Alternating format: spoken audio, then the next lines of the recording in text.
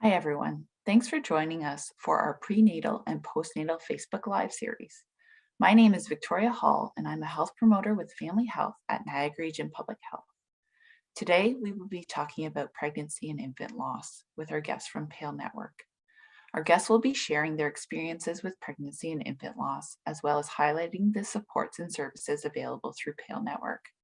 We understand the topic of this video will be triggering for some of our viewers, so please reach out to your healthcare provider, the PAIL Network, or Niagara Parents if you are in need of support. Before we begin, we would like to give a land acknowledgement. We would like to acknowledge that the land on which we are hosting this video is the traditional territory for the Haudenosaunee and the Anishinaabe peoples, many of whom continue to live and work here today. This territory is covered by the Dish with One Spoon Wampum and the Two Row Wampum Agreements. These agreements establish relationships between nations for harmonious coexistence based on respect, kindness, acceptance, and stewardship of the land and resources to ensure that all people benefit and thrive. Today, this gathering place is home to many First Nations, Métis, and Inuit peoples. Acknowledging this reminds us that our great standard of living in Niagara is directly related to the resources and friendships of the Indigenous people. So I'd like to introduce Brandon, who is a bereaved father, a PAIL educator, and who will be facilitating our family panel discussion with our three families joining us, Julie, Jordan, and Amy, who will all be sharing their stories, answering some questions, and providing some information about PAIL resources that they found helpful. If you have any questions following this video, please reach out to Niagara Parents or the PAIL Network with the links provided below in the comment section. Okay, let us begin. Welcome, Brandon, and thank you for being with us here today. Welcome, and thank you for taking the time to join us. My name is Brandon Drulard, and I am an educator with the Pregnancy and Infant Loss Network. I come to Sunnybrook in the PAIL Network not from a traditional healthcare background, but rather a personal one. I became familiar with the PAIL Network shortly after my daughter Hannah's neonatal death in February 2019. My wife and I benefited greatly from PAIL's peer support programs after our loss, and that support laid the foundation for the work in which I do now. We're very fortunate to be joined today by three incredibly strong and courageous bereaved parents who would like to share with you a bit about their loss history and also answer any questions that our audience. So first, I'd like to welcome Julie. Hi, Julie. Hi, Brandon. Thank you.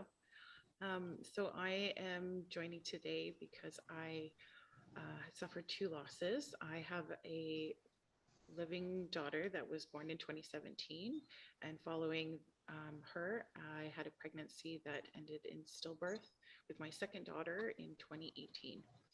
After that, I also had a first trimester loss, and subsequent to her, that loss, I did have a daughter in 2021.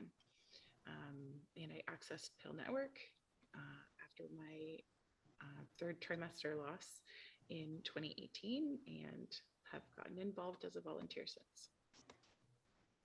Thank you so much, Julie. Next, I'd like to call on Jordan. Hi, Jordan. Hi, thanks for having me. I'm Jordan. I am here today primarily to talk about a loss that I had in my second trimester with my daughter. That was in 2019.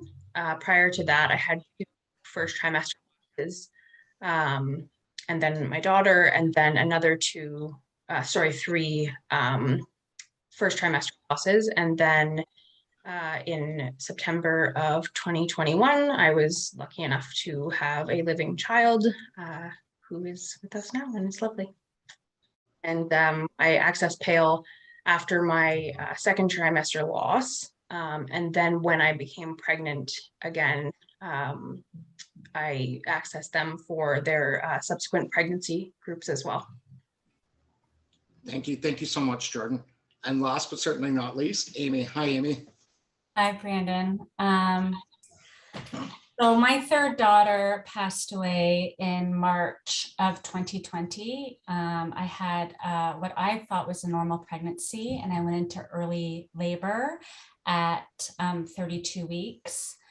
After about 10 days of being in the NICU, we found out that she had a life-limiting condition. So we brought her home for palliative care.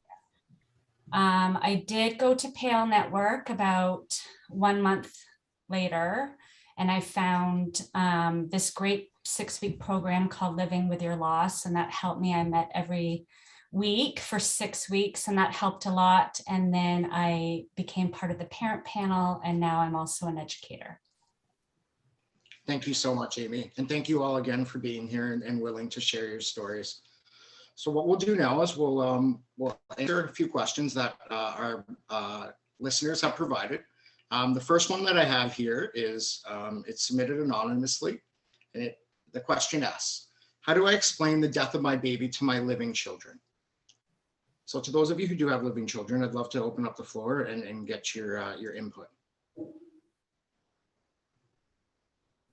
I found that having a living child who was too young to understand at the time of, when her sister passed away, initially it wasn't a topic. And as time has gone on and she gets older, the questions and the topics have grown. I did find that buying books that were age appropriate have been very helpful, because sometimes it's hard to find the right words to describe to your child why their sibling is no longer or is not in your home. Because for us, we do acknowledge our daughter that we lost. She is represented in our home in different ways. So we just talk about her openly as well. And I found now, as she's grown, my oldest daughter, I've had to say the truth, not using phrases like, oh, she's sleeping, or to actually have to say the words, well, she died, which can also be very difficult. So books are definitely helpful, and that's sort of the tool I've used. And then I anticipate things will change as well when my younger daughter realizes she has 2 big sisters, and having to explain that to her. But we haven't gotten there yet. So. Yeah, I think for me, I didn't have a living child at the time that I had my losses, so I haven't had to deal with that. I think, Julie, as you were saying, like as they get older, the questions start to get more complex. As of right now, we are raising our daughter like she is a little sister. So we talk often about our daughter that we lost, and we to try to use language that is appropriate, but also is pretty accurate as well. And our plan, I mean, this might change because who knows, parenting is wild. But our plan is to continue to include our lost daughter in our life, and to have her as part of our daughter's story, and to make space for her where we can. So. Yeah, and just to add to that, my 2 daughters were 6 and 2 when we brought Grace home.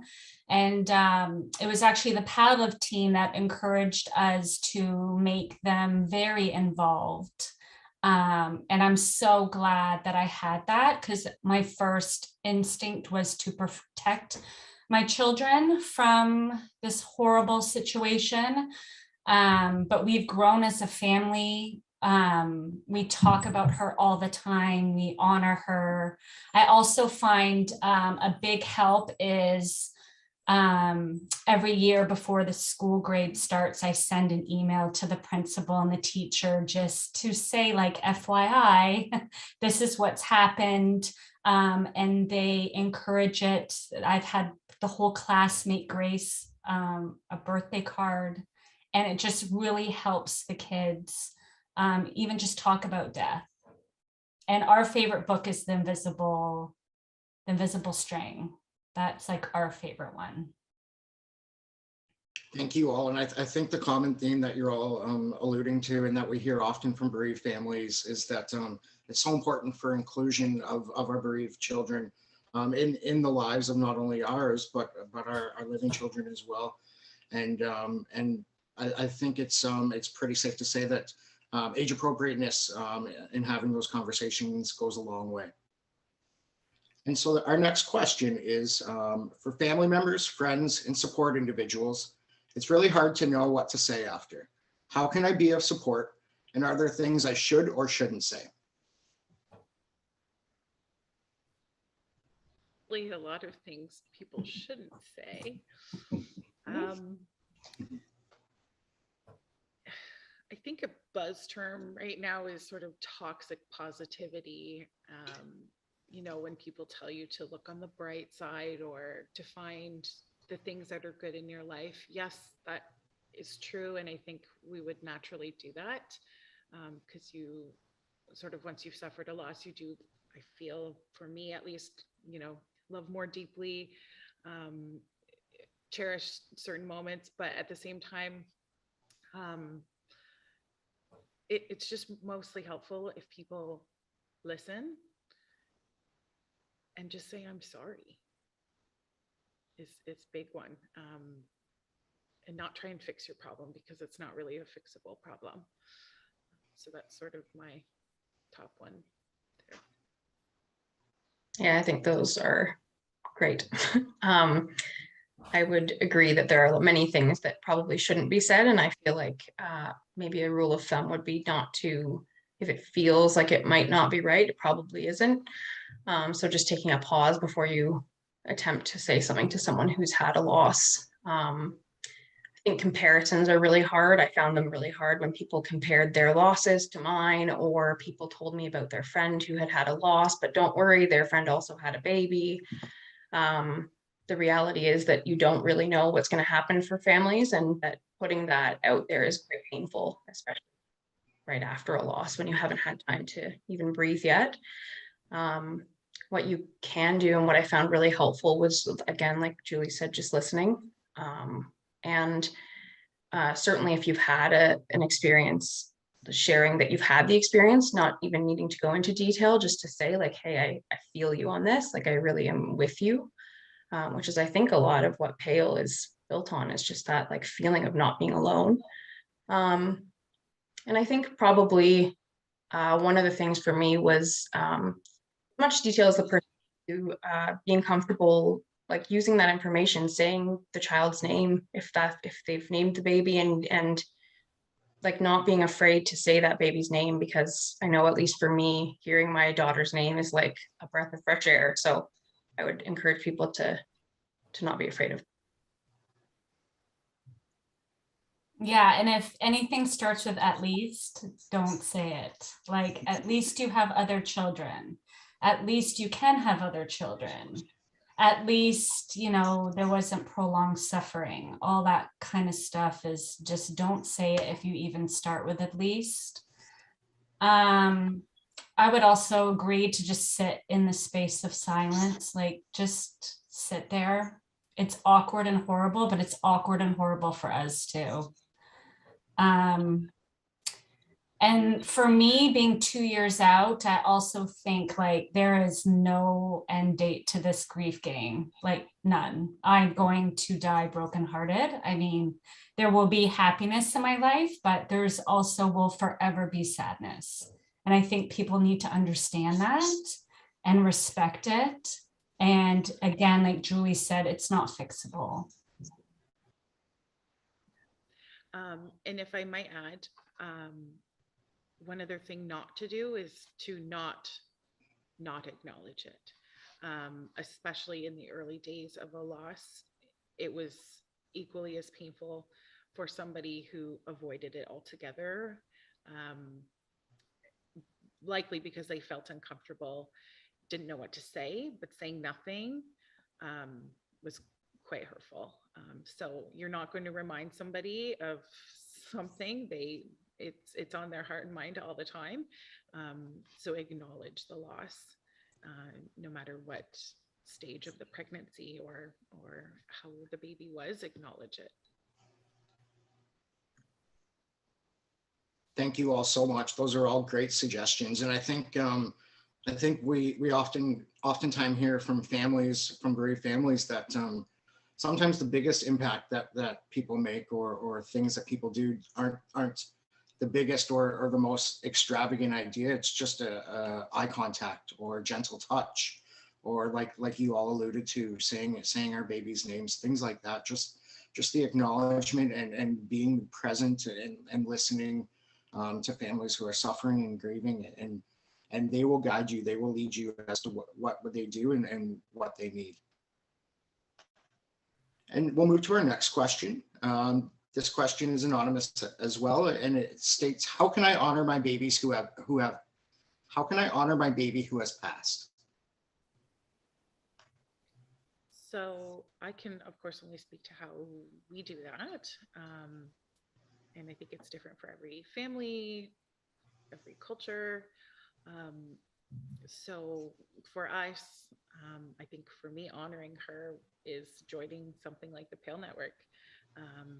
And I want to help and contribute to those who are also in these types of situations. And I know for me, that is something that spoke on my heart early on. But I also know that that isn't going to suit everybody either. In other small ways, we plant flowers at her grave. We have photos and things up in the house, and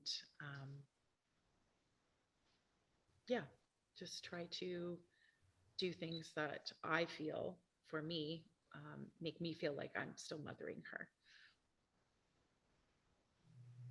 Yeah, I think that's actually a great point, is that like feel like they're still part of your life. So again, like same thing, I can't speak to what you in particular can do, but for our family, we celebrate the day she was born with family gathering, the same as we would if she were here. We got a commemorative bear that sort of represents her, for lack of a better word, and we have that in pictures with our daughter who's living. We say her name as much as we can, and we have her urn in our, like, openly in our home as part of our family. So to avoid that awkward, like, not going to talk about it, she's here with us and is a part of our everyday life. So we just sort of, we don't hide away from it. We speak about it as often as we can and as openly as we can, and that's kind of how we keep her around.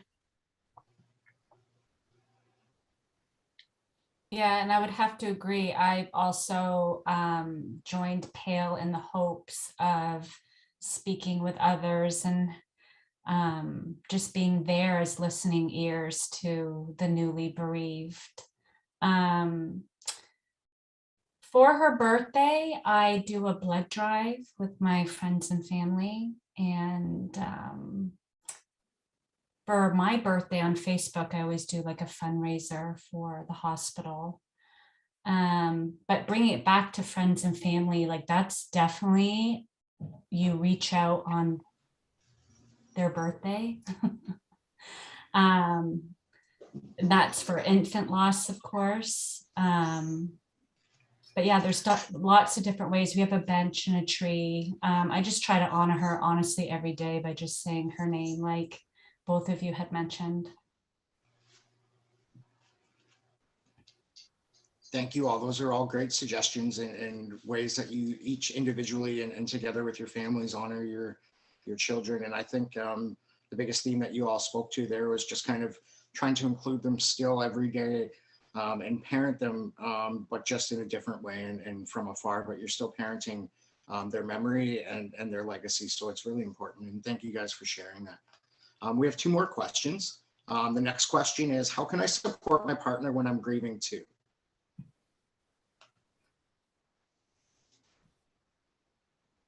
Big one.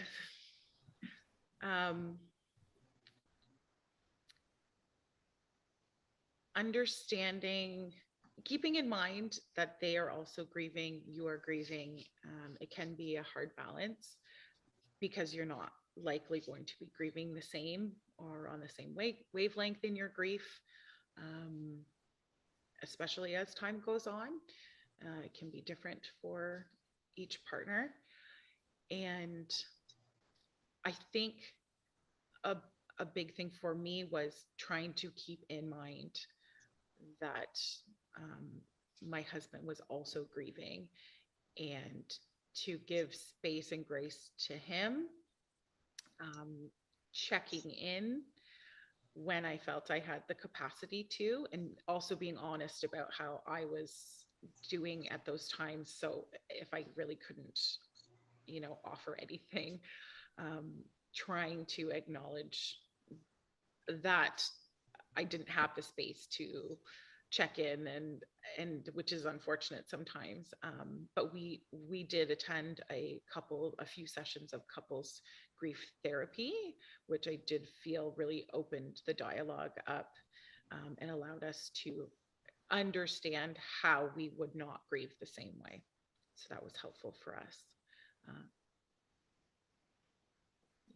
Yeah, I think I like the idea of therapy, to be honest. I think that it's an immense loss, and it's an immense rupture in what you think your life was going to be like. And I think having the aid of someone who either has been there in like a peer support capacity or in a professional capacity, like immeasurable for sure.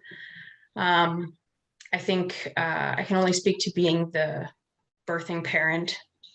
I know that for me, it was sometimes hard for me to remember that my partner was also grieving, because the loss that I felt was so immense, and there were things going on for me that weren't going on for my partner, and vice versa. But sometimes it can be sort of really isolating, the feeling of whatever you're going through for that particular person. So I think taking care of yourself is really important, so that you are able to be a support for your partner, and also realizing that the support might look different for each person, and it might change from hour to hour. So I think just being really having no expectation, and to just give what you've got, and receive what you can, and just, I think it's such an open process. Like, you don't have to, you can do whatever you want, but I would try to just be open. It's just I think it makes it easier, so that if there are things going on, then it is, there's space for that. Yeah, I found the PAIL support groups really helpful with that, because in the early stages, I was very perplexed that like I couldn't even take a shower or make myself a meal. And there was my husband like power washing the driveway and like completing task after task. But then like when I went to these groups, I saw a lot of the same things happening. So it really grounded me that this is normal and everyone deals with it differently. And then now that I'm a little bit more further out, I totally understand disenfranchised grief, and that, men are, or the non-birthing partner, to be like stoic and the communicators, and stuff that they didn't ask for. And it's difficult at times for me to see what my husband has to go through. He's in the same amount of pain as I am, and he really doesn't get the support that I feel like I am given. Thank you all so much, and those are all great suggestions. I know personally that I grieve and grieved our daughter's loss differently than my wife. So it's difficult in that sense for relationships when you're grieving different things or different scenarios, and you can't work through those together. We found it very helpful to attend grief marriage counseling immediately after our daughter's loss, and then individually counseling because we were at different stages in our grief. And I think it's important to recognize, like you said, Amy, that people grieve differently, and the sooner and the better that we can understand partner grief and how to support partners better. I think in turn that will allow the partner to support the childbirthing parent in that same sense as well. So it's a very important aspect that we don't feel gets enough attention. And I think PAIL has done a really good job in recognizing that. And we've recently started a partners in grief support group, and we have professional resources for families as well as professionals on our website that anybody can access to help grieving families. So great suggestions, and thank you all so much. Our last question is, can you describe what kind of supports you received after your loss, and did you find them helpful? Yeah, so my husband and I were fortunate in the hospital that when we had our still daughter, that we had a wonderful social worker, who did provide us with some resources, one of which was some information about the PAIL Network, which through my work, I had already known about it. I did find the PAIL Network I went to the circles of support groups and attended for about a year. I did find it really, really helpful in terms of knowing there was an outlet to go and speak openly about things that were going on as time was passing, because the grief really does change over time. And outside of that, it unfortunately is a little bit of self-navigating to try and figure out where you're supposed to go, who you can turn to, what you need as time goes on, which I feel was a little bit challenging, especially as I then suffered my subsequent loss, as well as having a pregnancy after loss. You really have to advocate for yourself and search for resources outside of maybe something like the PAIL Network. You know, there is all kinds of things out there, but you do have to search for them on your own. Yeah, I was lucky enough to deliver in a hospital that had also an awesome social worker who gave us information on PAIL. And also I was lucky enough to be in a hospital that had their own support group as well. So I was able to attend that as well, which was really helpful. I sort of took the approach of like, can't have too much support, and I just did everything I could possibly do, including starting being a family panelist with PAIL, basically 3 months after we lost our daughter.